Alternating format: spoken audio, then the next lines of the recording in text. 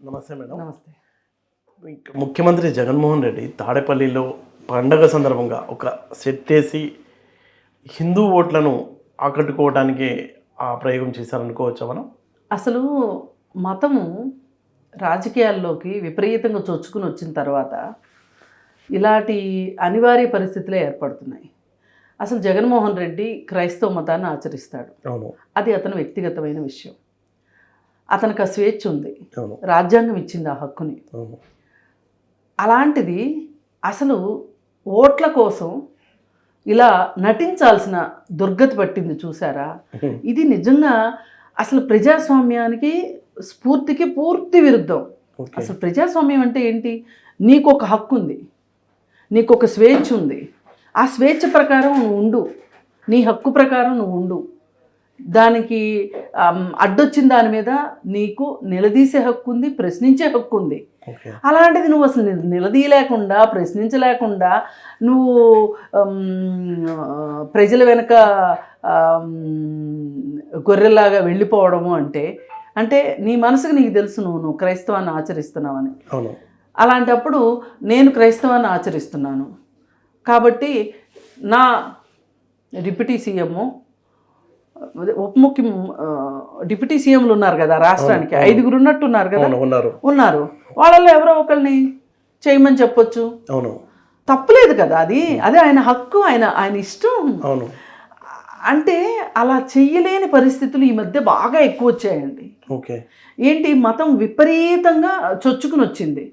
ఎందుకు వచ్చింది? ఈ మతాన్ని అడ్డం పెట్టుకుని రాజకీయాలు చేయాల్సి కావటం వల్ల మతాన్ని ఒక ఆయుధంగా వాడుతున్నారు రాజకీయ నాయకులు.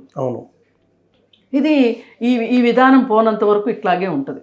మళ్ళీ దీన్ని ఎలా చూడాలి మేడం? ప్రోగ్రామ్ అయిన తర్వాత ఆ సెట్స్ని, ఆ టెంపుల్ని కూల్ చేయడాన్ని, అది కూడా కాదండి. అసలు 1.5 కోటి అయింది ఆ సెట్ వేయడానికి. 1.5 కోటి పెట్టి సెట్ వేయడం వెనకమాల మీకు తిరుపతి వెళ్ళడం ఇష్టం లేదు. అసలు సెట్ వేయాల్సిన అవసరం ఏంటి?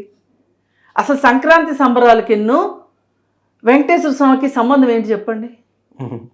ఎందుకు వెయ్యాలి? అసలు ఇప్పుడు దాన్ని అలా చూడరా? టెంపుల్ కూల్ చేసినట్టు చూడరా?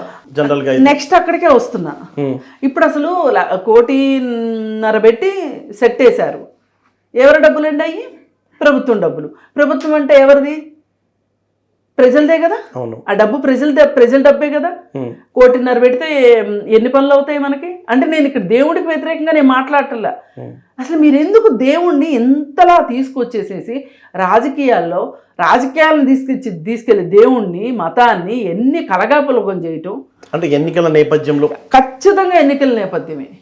అసలు ఆయన ఎంత అసౌకర్యంగా కూర్చున్నాడో నేను చూస్తే నాకు బాధ అనిపించింది. ఒక రకంగా నేను జాలిపడ్డా కూడా. అసలు ఈ ఒక ముఖ్యమంత్రి పదవి కోసం, రాజకీయాల్లో గెలవడం కోసం, హిందువుల ఓట్లు వేయించుకోవడం కోసం అంత నటించాలా? ఈయన పక్క నిద్రపోతున్నాడు, అలా ఆవిడేమో అసహనంగా కూర్చుంది. పైగా వీటన్నిటిని మీమ్స్. ఒక ముఖ్యమంత్రిని మీమ్స్ పాలు చేయడం, మీరు అవ్వడం, అపహాస్యం చేసుకోవడం, మిమ్మల్ని మీరు చేసుకోవడం, పక్క వాళ్ళు మిమ్మల్ని చేయడం, ఎందుకు ఈ దుస్థితి అసలు? పైగా ఆవిడ తీర్థ ప్రసాదాలు ఇస్తే పడేసిందని రకరకాల వార్తలు వస్తున్నాయి. ఆమె ఒక క్రైస్తవురాలుగా ఆమెకు హక్కు లేదా అండి? నేను అడుగుతున్నా. నేను నాస్తికురాలిని. నేను నాస్తికత్వాన్ని నమ్మే హక్కు నాకు ఎట్లా ఉందో, మీరు ఒక మతానికి చెందిన వాళ్ళు, మీ మతాన్ని నమ్మే హక్కు మీకు ఎట్లా ఉందో ఉండండి అట్లా. ఇది కేవలం స్వార్థానికి మీరు నమ్మే మతాన్ని మిమ్మల్ని మీరు మోసం చేసుకుంటున్నారు. ఇప్పుడు రాజకీయాలంతా మతం చుట్టూనే తిరుగుతున్నాయి. బీఫ్ తినొద్దు, అన్నపూరణి అని ఒక సినిమా వచ్చింది. ఆ సినిమా బాగానే ఆడుతూ ఉంది. సరే, కలెక్షన్స్ తగ్గిపోయినాయి అని చెప్పి ఓటీటీలో రిలీజ్ చేసుకున్నారు. దానిలో ఒక చోట రాముడు మాంసం తిన్నాడు అనే ఒక మాట ఉంది. ఇది వాస్తవం. ఆయన క్షత్రియుడు, మాంసం తిన్నాడు, ఇది వాస్తవం. అసలు ఆయనే కాదు, యజ్ఞాలు చేసేప్పుడు పాతకాలంలో వేదాల్లోనే ఉంది, ఋషులు మహర్షులు కూడా మాంసం తిన్నారు అని. లేగ దూడల్ని, కోడి దూడల్ని ఎంచుకుని యజ్ఞం చేశారు. ఆ యజ్ఞం అయిపోయిన తర్వాత వాటిని ఆ మాంసం తిన్నారు అని చెప్పి శ్లోకాలు కూడా ఉన్నాయి. జాబాలి అని ఒక పుస్తకమే ఉంది. నారా వెంకటేశ్వరరావు గారు లాంటి వాళ్ళు రాసిన పుస్తకాలు ఉన్నాయి. ఇది కఠిన వాస్తవం. మీకు ఈరోజు మీరు లేనిపోని పవిత్రతను తీసుకొచ్చి అంటగట్టి మతానికి లేనిపోని భ్రమలకు జనాలకి కల్పించడం కోసమే తప్పితే వేరే ఏం తప్పే కాదు. ఆ కాలానికి అది కరెక్టు, అలా చూడాలి. ఆ కాలానికి అది కరెక్టు.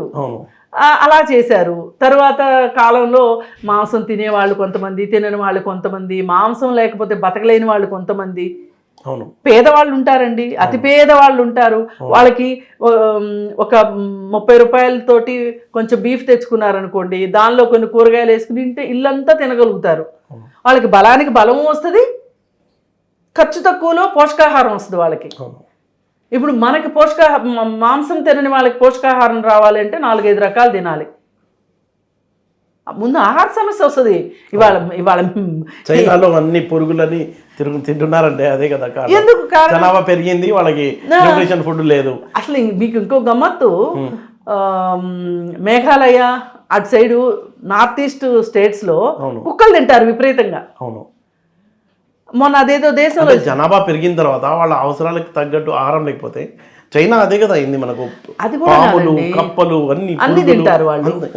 ఇప్పుడు ఏమవుతుందంటే మన ఇంట్లో మన తాతలు ముత్తాతలు అలవాటు ఏం తిన్నారో దానికి మన బాడీ అలవాటు అయిపోయి ఉంటుంది. దాన్ని మనం మార్చాలనుకోవడం కూడా మూర్ఖత్వం కాదు. మారుస్తున్నాము అనుకున్నాం అనుకోండి, అది మన ఫ్రీడమ్, మన స్వేచ్ఛ. తినేవాళ్ళు మానేయొచ్చు, మానేసిన వాళ్ళు తినొచ్చు. ఇది పూర్తి వ్యక్తిగతం. దీని మీద దాడి అనేది తప్పు. ఇప్పుడు బీఫ్ తినొద్దు అని చెప్తున్నారు, మీరు తినొద్దు అంటున్నారు కాబట్టి బీఫ్ ఫెస్టివల్స్ జరుగుతున్నాయి. బీఫ్ తినే వాళ్ళని తినేవ్వండి, అప్పుడు దాన్ని ఒక గ్లోరిఫై చేయాల్సిన అవసరం ఎవరికి ఉండదు కదా. పైగా వాళ్ళకి అవసరం బీఫ్. ఆ బీఫ్ లేకపోతే ఇప్పుడు పప్పు, నెయ్యి, కూరలు, రకరకాల కూరలు తినేని డబ్బులు ఎక్కడ ఉంటాయండి వాళ్ళకి. అందుకని వాళ్ళు అలా తింటారు. అందుకే మతము ఎంతవరకు అంతవరకే. రాజకీయాల్లోకి ఆ మతం చొచ్చుకొచ్చినంత వచ్చేసరికి ఒక వ్యక్తిగత స్వేచ్ఛకి, ఇష్టాలకు వ్యతిరేకం అవుతుంది. ఇప్పుడు జగన్మోహన్ రెడ్డి దుస్థితి చూడండి. ఆయన హిందువుల ఓట్లు కావాలి ఆయనకి, అందుకని నటించాడు అక్కడ కూర్చొని. పైగా ఆ నటన ఎంత దూరం వెళ్ళింది అంటే సాక్షాత్తు తిరుపతి వెళ్ళడేంటి అని చాలా మంది మాట్లాడుతున్నారు. అసలు భారతీరెడ్డి ఎప్పుడు ఆయనతో కలిసి తిరుపతి వెళ్ళదు, వాళ్ళకి అసలు దేవుడు అంటే ఇష్టం లేదు, ఇన్ని మాటలు మాట్లాడుతున్నారు. వాళ్ళకి ఎందుకు ఉండాలి చెప్పండి? అన్ని మతాలని, ఒక పాలకుడిగా అన్ని మతాలని సమానంగా చూస్తాడు, కానీ అన్ని ఫెస్టివల్స్లోనూ పాల్గొనాలని ఎక్కడా లేదు. పాల్గొనే వాళ్ళు పాల్గొంటారు. ఇప్పుడు దేవాదాయ ధర్మాదాయ శాఖ మంత్రి ఏం చేస్తాడండి? ఆయన చేసుకుంటాడు ఇట్లాంటివి, ఆయనకి నమ్మకం ఉంటుంది కాబట్టి. అందుకని ఇది ఎప్పటికైనా ప్రమాదమే. ఒక్కొక్కరికి ఒక్కొక్కసారి ఆ దెబ్బ తాకుతుంది. అక్కడ దాకా కొంతమంది వెళ్తారు. ఒకప్పుడు ఏమనుకున్నారు, బీఫ్ గురించి మాట్లాడినప్పుడు మనం బీఫ్ తినం కదా అంటే ఎందుకు వర్కౌట్ అయిందంటారా జగన్కి? రేపు ఎన్నికల్లో ఏమైనా పడతాయి ఓట్లు? కనీసం 1% చెప్పలేం కదండి.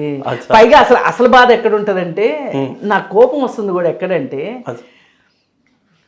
ఇప్పుడు ఈ హిందుత్వవాదులు అనేవాళ్ళు అన్నపూర్ణి సినిమా గురించి అంత చేసిన వాళ్ళు, మరి అక్కడ గుడి ఉంటే ఇక్కడ గుడి సెట్టు వేయాల్సిన అవసరం ఏంటి? ఇప్పుడు మీరు అన్నట్లు రేపొద్దున ఆ గుడి సెట్టు తీసేశారనుకోండి, తీసేస్తే గుడిని కూల్చినట్టే కదా.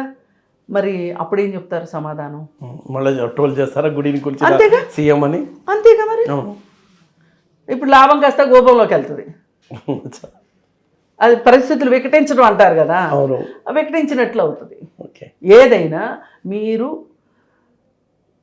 చట్ట పరిధిలో ప్రభుత్వం మీ చేతిలో ఉన్నప్పుడు మీరు ప్రజలకు ఏం చేయాలో అది చేయండి. ప్రజల ప్రతి మనోభావాన్ని ముద్దు చేయాలని చూస్తే ఇలాగే అవుతుంది. మీకు అక్కర్లా, అంత ప్యాంపరింగ్ అక్కర్లా. ఇప్పుడు ఎవరైనా సరే నువ్వు గుడికి వెళ్ళలేదు కాబట్టి నీకు ఓటేయమని కానీ, ఇక్కడ తిరుపతి గుడి కట్టకపోతే నీకు ఓటేయమని కానీ అడిగే ప్రజలు ఎవరైనా ఉన్నారా? ఏం అడుగుతారు ప్రజలు? వాళ్ళకి విద్య ఇవ్వు, వైద్యం ఇవ్వు, ఉపాధి ఇవ్వు, శాంతి భద్రతలు ఇవ్వు, ఇవే కదా అడుగుతారు.